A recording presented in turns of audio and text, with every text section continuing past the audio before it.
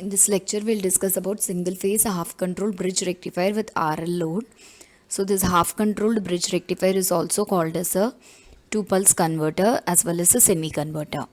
In this case, we have two modes of operation. One is a continuous current mode. Another one is a discontinuous current mode. So these modes of operation are mainly due to the presence of load inductance. If the inductance value is infinitely large, then the load current becomes continuous. Okay, if the inductance value is lesser, then the load current will become discontinuous. So this is a schematic diagram. It consists of two thyristors T1 and T2 and two diodes D1 and D2. During positive half cycle, these two devices, that is T1 and D1, will conduct, and during negative half cycle, T2 and D2 will conduct. Here Vs is equal to Vm sin omega t. This is the single phase AC supply voltage, and RL is the load. V0 and I0 are the load voltage and load current respectively. So next we'll discuss the principle of operation. So first we'll consider the continuous current mode. So in this case, the inductance value of the load is infinitely larger. So first, during positive half cycle, the terminal P is considered as positive with respect to N. As a result, the thyristor T1 and diode D1 will be forward biased. Okay. So this thyristor T1 can be triggered anywhere in between 0 and pi. So now we are assuming at omega t is equal to alpha, T1 is triggered. So once the thyristor T1 is triggered, it will start conducting, and hence the current will start flowing through the circuit. So the current always flows from this positive terminal here P through this thyristor T1 through the load. So through the load it is flowing from A to B and continue to flow through this diode D1 and completes its path through N. Okay. So during this period, the supply voltage will appear across the load, and the supply current flows from P to N. So this P to N is considered as a positive direction for the supply current. Here the terminal A is connected through this thyristor T1 to the positive terminal, that is P terminal of the supply voltage, and similarly the terminal B through this diode D1 is connected with the negative terminal, N terminal of the supply voltage. So the polarity of the voltage will become plus and minus, and the current flows from A to B. So A to B is considered as a positive direction for the load current. So this will continue till omega t is equal to pi.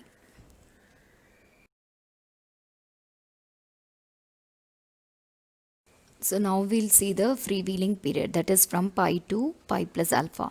So at omega t is equal to pi, as we all know, the supply voltage will become 0, and after that the negative half cycle will start.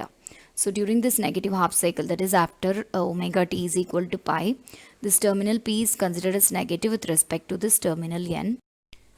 As a result, the diode D1 will get reverse biased and it will get turned off. So this thyristor T2 will get forward biased, and the thyristor T1 is also under reverse bias condition. Whereas due to the presence of this load inductance, it will not allow the load current to become 0. So the load current will continue to flow through the circuit through these two devices, that is T1 and D2. So this is called the freewheeling action. So in the case of a semi-converter, this freewheeling action takes place inherently. So, okay. So through these conducting devices. So this conducting devices T1 and D2 will act as a short circuit across the load, and so no voltage will appear across the load, and at the same time no current will flow through the supply also. So this will continue until the thyristor T2 is triggered at omega t is equal to pi plus alpha. So once T2 is triggered at omega t is equal to pi plus alpha, so the voltage will get appeared across this T1 as a reverse voltage and turns it off. So during this freewheeling period, the energy stored in the inductance is fed back to the load itself. So this is what we have discussed at omega t is equal to pi.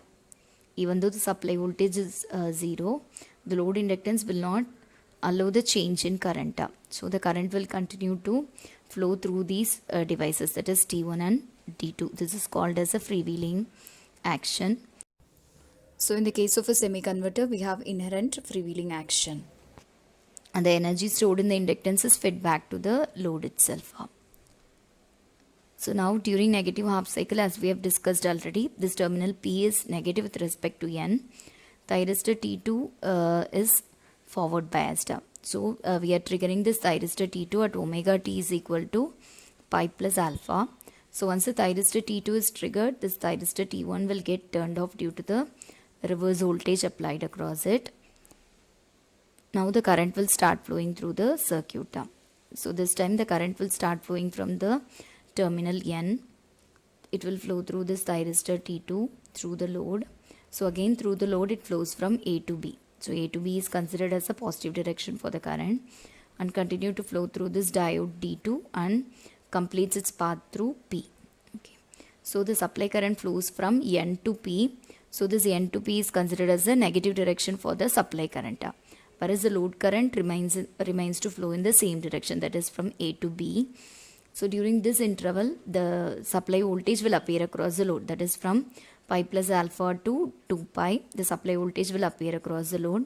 So if you see here, this terminal A is connected through this thyristor T2 to the N terminal. So N terminal is considered as positive. So the polarity of the voltage is plus here. And similarly, this B terminal is connected through this diode D2 to the P terminal of the supply voltage, which is negative. So this is negative and this is positive. The polarity of the voltage remains the same. So that is both V0 and I0 polarity will remain the same during positive as well as negative half cycle. So this will continue till omega T is equal to 2 pi. So again at omega T is equal to 2 pi, freewheeling action will take place. So this process is cyclic in nature and it will get repeated.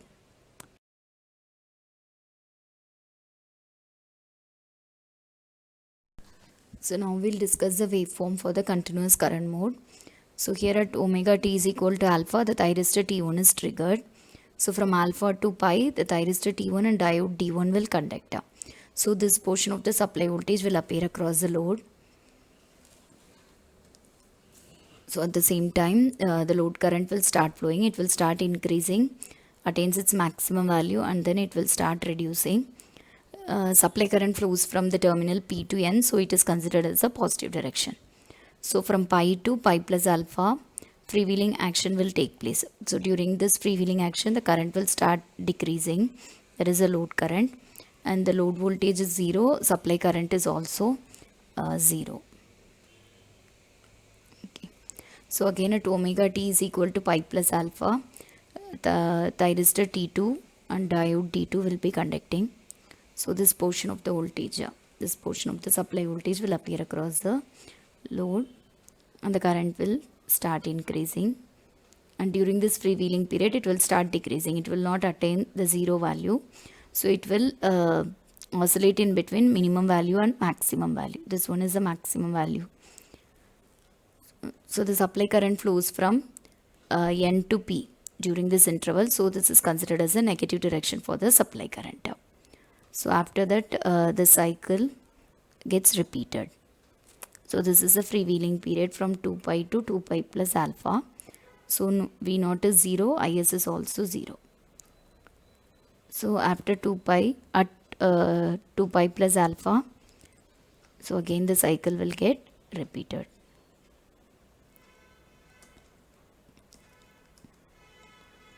So next we'll discuss the discontinuous current mode. So discontinuous current mode of operation, the inductance value is comparatively lesser. Okay. So the only change is in the freewheeling interval. So the rest of the operation remains the same. So during this freewheeling interval, the current will become 0. So whereas in the case of continuous current mode, the load current will not become 0. So whereas here the load current becomes 0 at a particular angle, say beta. So this beta is more than pi. Okay. So the current will become 0. So again the freewheeling action will take place through the same device as we have discussed in the continuous current mode, that is between T1 and D2. So now we'll see the waveform. So to omega T is equal to alpha. Thyristor T1 is triggered. So this portion will appear across the load. Okay. So the current will start rising. Okay, so this will become 0. Okay, at omega t is equal to pi, it will attain maximum value. So at omega t is equal to pi, the freewheeling action will start. So no voltage will appear across the load. So this current will start decreasing and it will attain 0 at a certain angle, say beta. So this beta is less than pi plus alpha.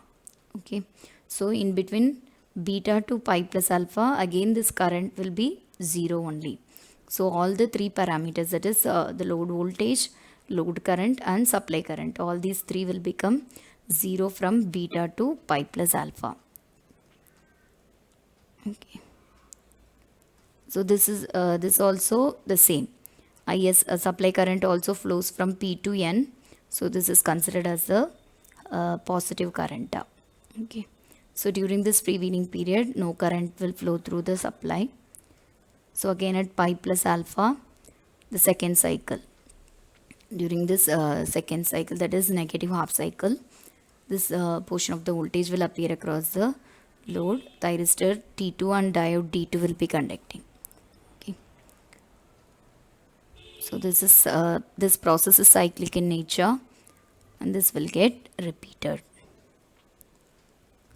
So this is the waveform for the discontinuous mode of conduction. Okay, so these are the conducting devices.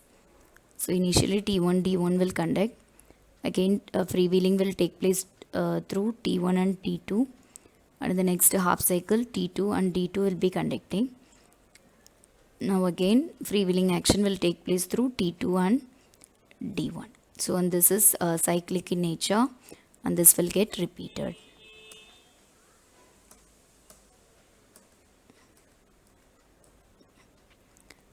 So now we'll derive the average value of the load voltage for continuous mode of conduction. So if Vm is the peak value of the input voltage, so then the average value is given by V naught average is equal to 1 by pi integral alpha to pi Vm sin omega t d omega t. So taking Vm outside, we can write Vm by pi. Integral of sin omega t is nothing but minus cos omega t over the limits alpha to pi. So now in the next step we are substituting the limit, upper limit minus lower limit. So we can write Vm by pi into minus cos pi. So minus of minus will become plus. So upper limit minus lower limit. So minus cos pi plus cos alpha. So we know that cos pi is minus 1. So already we have minus here. So minus of minus 1 will become plus. So V naught average will be equal to Vm by pi into 1 plus cos alpha. So this is the average value for the continuous mode of conduction. And the maximum value is obtained when alpha is equal to 0. So if we substitute alpha is equal to 0 in this equation, we will get maximum value of the output voltage VDC max, which will be equal to 2Vm by pi. Okay. So the rest of the equations, that is RMS value, form factor, everything we have already derived in the previous lecture. That is semi-converter with R load. Okay.